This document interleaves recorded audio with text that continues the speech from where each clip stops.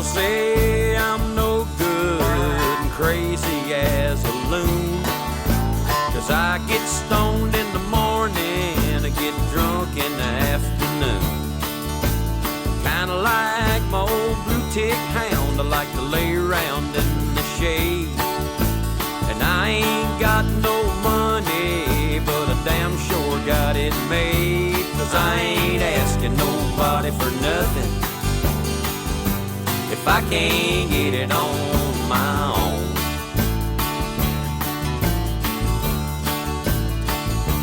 If you don't like the way I'm living, you just leave this long-haired country boy alone.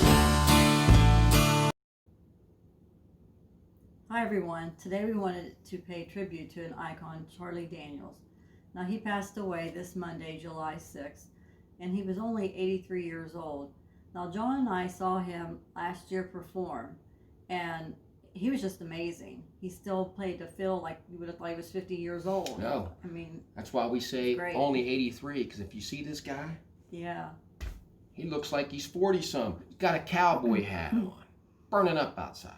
He's got a long sleeve shirt on. He's sawing on that fiddle, running all over the stage, just unreal. Mm-hmm. So what really bothers us this week, though, is we wanted to be at Mount Juliet. They're having the services down there. We wanted to go. We're not able to go because of this virus. So that kind of bothers us. So we're watching it on YouTube.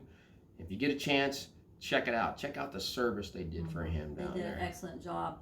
All the singing and all of the people that talked, it was really good. It's one of the best service I've ever enjoyed seen. Yeah. It's 2 hours. Now this was a service held Wednesday night outside the funeral home. This wasn't his funeral service. This was just his friends, and the town put it on, and it is incredible, so we recommend you check that out. I'm going to tell you a few little tidbits about Charlie you might not have known. Want to know how he got his first break?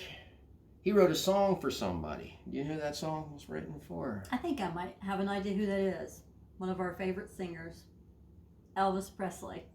Yeah, Elvis Presley. He wrote the song It Hurts Me for Elvis Presley in 1964. So that was his first break. Then his next big break came in 1969 when he wanted to play on a session for Bob Dylan. Because Charlie was a music session, he was a session player. Went around playing guitar on different records and stuff. So he wanted to play on a session for Bob Dylan. So he said, can I just get one? So the guitar player wasn't going to make the 6 o'clock one. Charlie went, played the 6 o'clock one. The guitar player shows up at the 10 o'clock one. Charlie gets up and gets ready to leave, and Bob says, no. Where are you going? He says, you're not leaving. I want you to play on the rest of this record.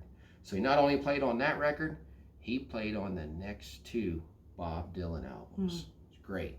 Now his first big hit, 1973, Uneasy Rider. You know that song? I know it. Big hippie comes in, hair falls out from under his hat. A great story. Love that song. But his biggest break ever, 1979, with the song The Devil Went Down to Georgia. Yeah, that one's my favorite. It was his biggest hit he ever had. He won a Grammy, Best Vocal. But what really helped that song, it was featured in a movie with John Travolta. At the time, Saturday Night Fever, he was the hot commodity in Hollywood.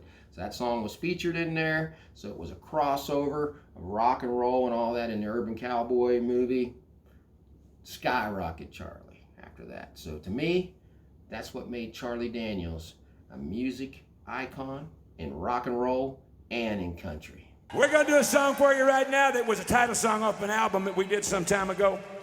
And when this song first came out, I got some flack for doing this tune. I got called some names. I don't care.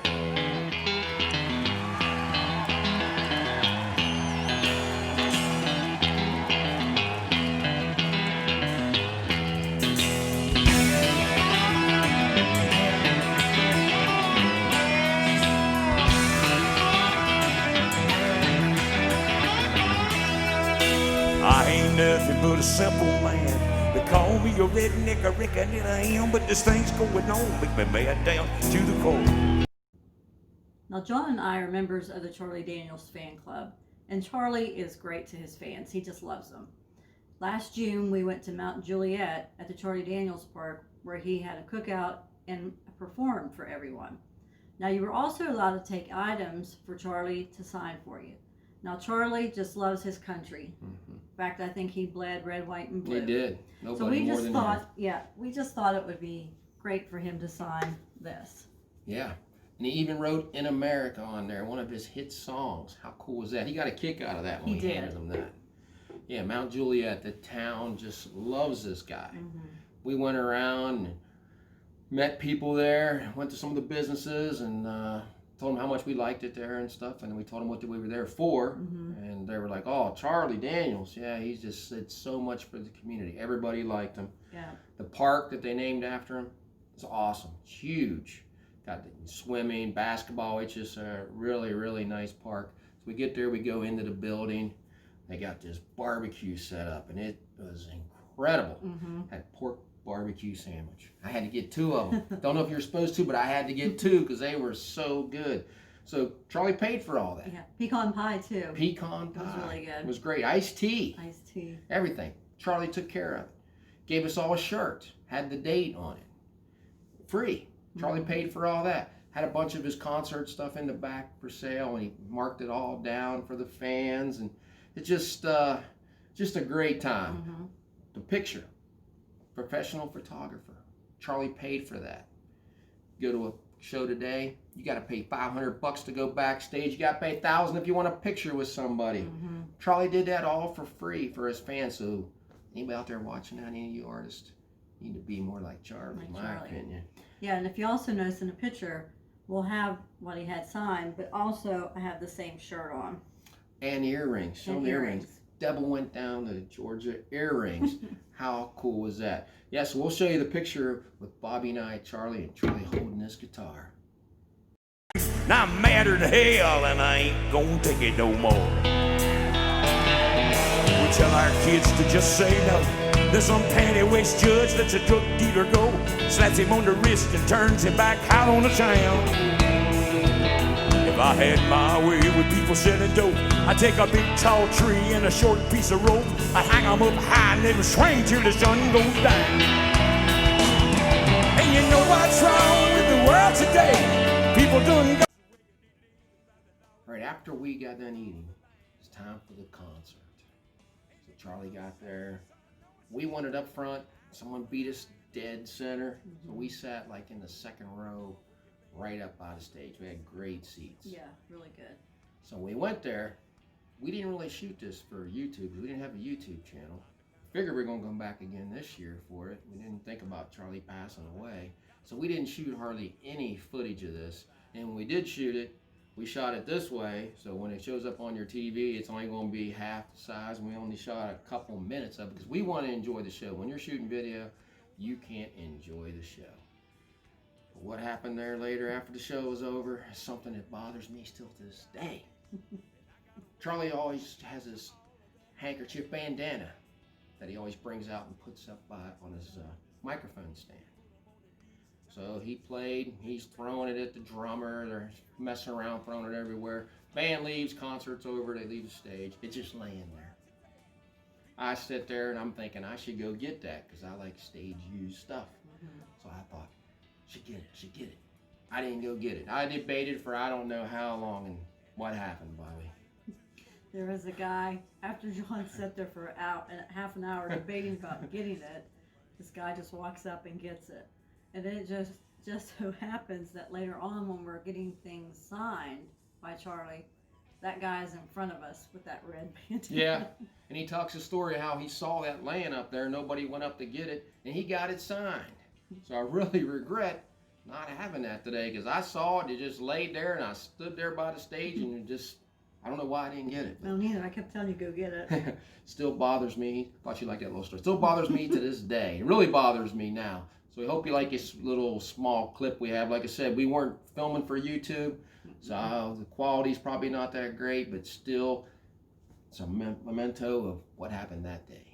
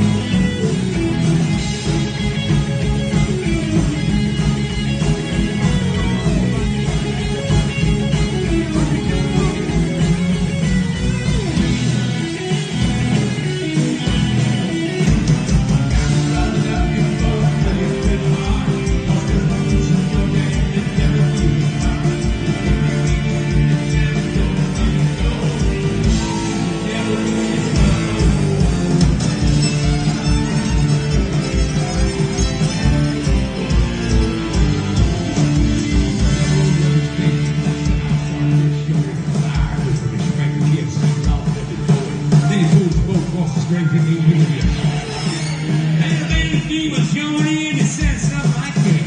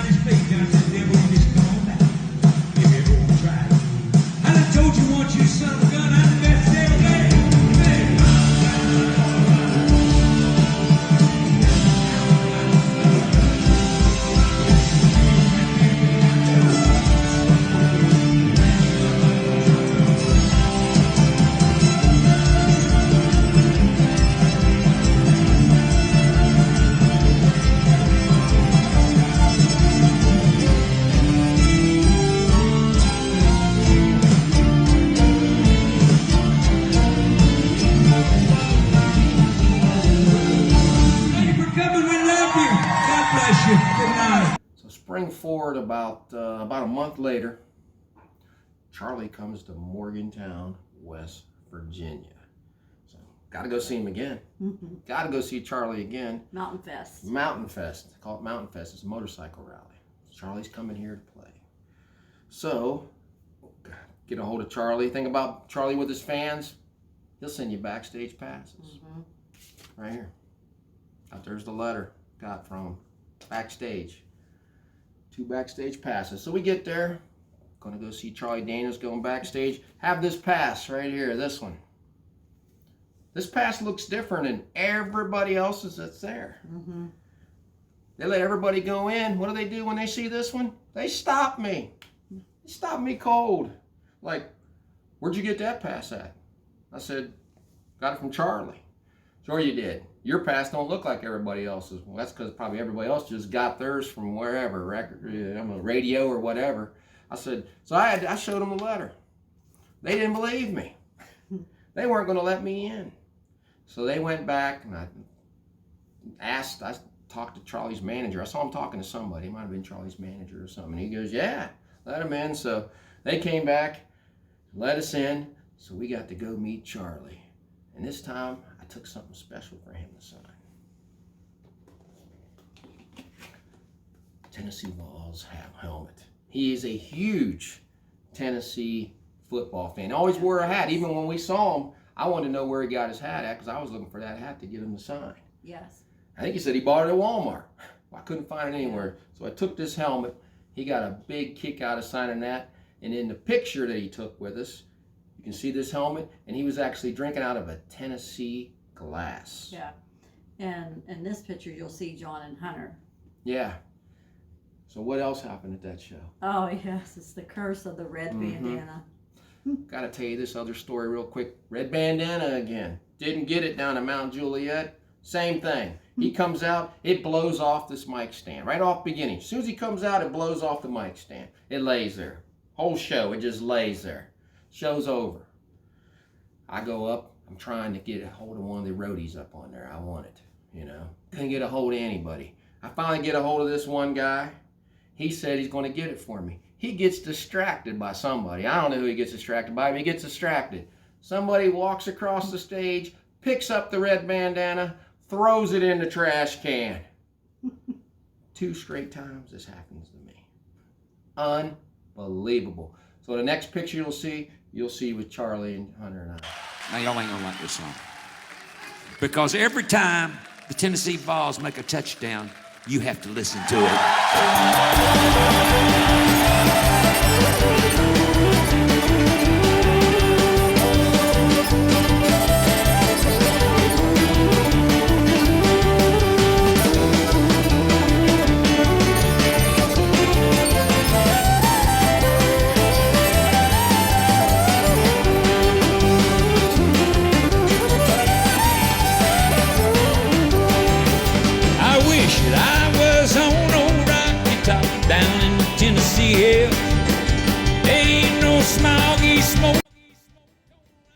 Well, we hope you guys liked this little video we made tonight, Charlie. Hope you like the bandana stories. I don't really like them, but I hope you like them. And a few closing thoughts I'd like to say about Charlie is 2016. He got inducted into the Country Music Hall of Fame. How cool is that? Well deserved. He definitely is too long. He should have been inducted way before that. But at least he got to see it. Yeah, I'm glad he got to see it. So that was a great honor. Journey Home Project. Major thing that Charlie's been doing for years is for veterans. I mean, he's a major person with the red, white, and blue and the military and all that. Millions. Put concerts, went all over the world doing concerts for the military. Great, did that. Want to talk about his webpage one more time. If you want to check it out, you need to check it out. You can get you some shirts, check out some CDs. You know, like I said before, you get something off Charlie, he signed it for you. What other artist does that? When you order something, they don't sign it. Loved his fans. Loved his fans. If you want to know a lot about him, check out this book. 2017. Said it took him 20 years to write this book. So if it took him 20 years to write it, you can spend a couple days reading it for him. You'll know everything you want to know about him. Great man. Last thing I'd like to say about Charlie is he did something that not many people did. He beat the devil. So I guess Charlie was the best there ever been. But we've watched a lot of interviews with Charlie, and he said he most wanted to be remembered for being a great patriot and a Christian. Rest in peace, Charlie.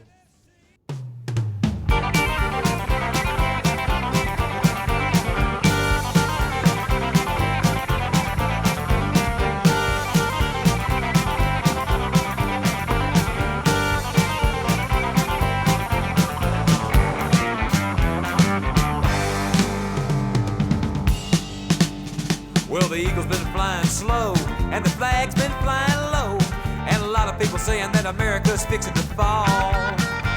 But speaking just for me, and some people from Tennessee, we got a thing or two to tell you all. This lady may have stumbled, but she ain't never failed. And if the Russians don't believe that, they can all go straight to hell. We're gonna